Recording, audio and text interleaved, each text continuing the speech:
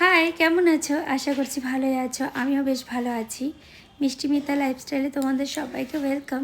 এর আগেও তোমরা আমার মিনি ব্লগে বেশ ভালোবাসা দিয়েছো, বলেছো এরকম মিনি ব্লগ তোমরা দেখতে চাও। তার জন্য কিন্তু আমি সকালে আবার আমার সেই রান্নাঘরে চলে আসলাম ভিডিও বানাতে, আর হলো গিয়ে ব্রেকফাস্ট বানাতে। এর আগের দিন তোমাদের দেখিয়েছি আমার দাদা বৌদি রয়েছে আমাদের বাড়িতে, তার জন্য কিন্তু ওদের জন্য আরও আমার বানানো। অবশ্য ডিম টোস্টটা বেশি ভালোবাসি আমরা, কিন্তু বানিয়ে আর ওঠা হয় না। ওই যে সময়ের কারণে অত রাতে ঘুমাই, তারপর অত বেলা করে উঠি, তাই আর খেতে ইচ্ছা করে না। দেখো এদিকে মাংস এনেছে, সে মাংসটা আমি কিন্তু ধুয়ে নিচ্ছি। আর দাদা এসেছে, দাদা কিন্তু তাতান্তদের সাথে খেলা করছে। আমার দাদা না রোজই আসে, রোজ বাবুদের সাথে খেলা করে। মামা না আসলে ওদের বেশ ভালোও লাগে না, আর আমার দাদারও হয়তো ভালো লাগে না, তার জন্য দাদা রোজ আসে, আমারও খুব ভালো লাগে। আর দেখো এখানে আজকে বানাবো বাবুদের জন্য চিকেন স্টু। আমরা একটু কষা কষা ঝাল ঝাল লাল লাল করে মাংসটা খাবো, কিন্তু ওদের জন্য তো একটু বানাতে হবে, তাই কিন্তু আমি চিকেন স্টু করে দিচ্ছি। আর বেশি কিছু একটা সবজি ছিল না, যেটা ছিল সেটা দিয়ে বানিয়ে দিচ্ছি। কিন্তু ঘরে পেঁপে ছিল, আমার সে সময় একটুও খেয়াল ছিল না যে পেঁপেটা দেব। যাই হোক, এখানে কিন্তু আমি বসিয়ে নিচ্ছি।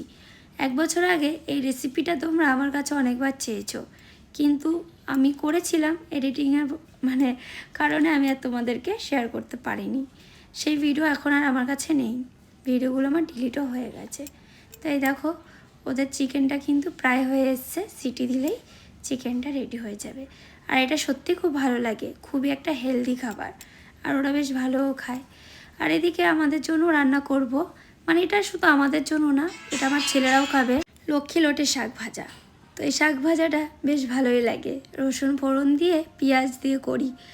বলা যায় আমার ঘরে প্রায় শাক হয়, তাতান্ত চোখে দিতে হয়, কারণ তোমাদেরকে আমি শেয়ার করেছিলাম ওদের পটির একটু সমস্যা, তারপর থেকে কিন্তু আমি রোজই শাক দিই আর ওদের একটু ঝোল ভাত দিই। এখন কিন্তু আর পটির সমস্যাটা হয় না, ঠিকঠাকভাবে পটিটা করে। তো আশা করি পুরোপুরি ঠিক হয়ে যাবে। আর দেখো ভেজে নিয়েছি। আর যেহেতু ওই যে দাদা বৌদি আছে, তার জন্য কিন্তু অন্য একটা তরকারি করব, যেটা হলো গিয়ে ভেন্ডি চিংড়ি মাছ দিয়ে করব।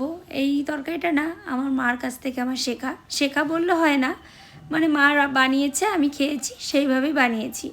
জানো তো আমার মা এখন অবধি আমাদেরকে হাতে ধরে কখনোই রান্না শেখায়নি। ওই যে খেয়েছি, খেয়ে টেস্ট বুঝেই কিন্তু সব রান্না শিখেছি। আচ্ছা, আমার মতো কারা আছো যারা এরকমভাবে রান্না শিখেছো? প্লিজ একটু কমেন্টে আমাকে জানিয়ে যাও, আমার খুব ভালো লাগবে।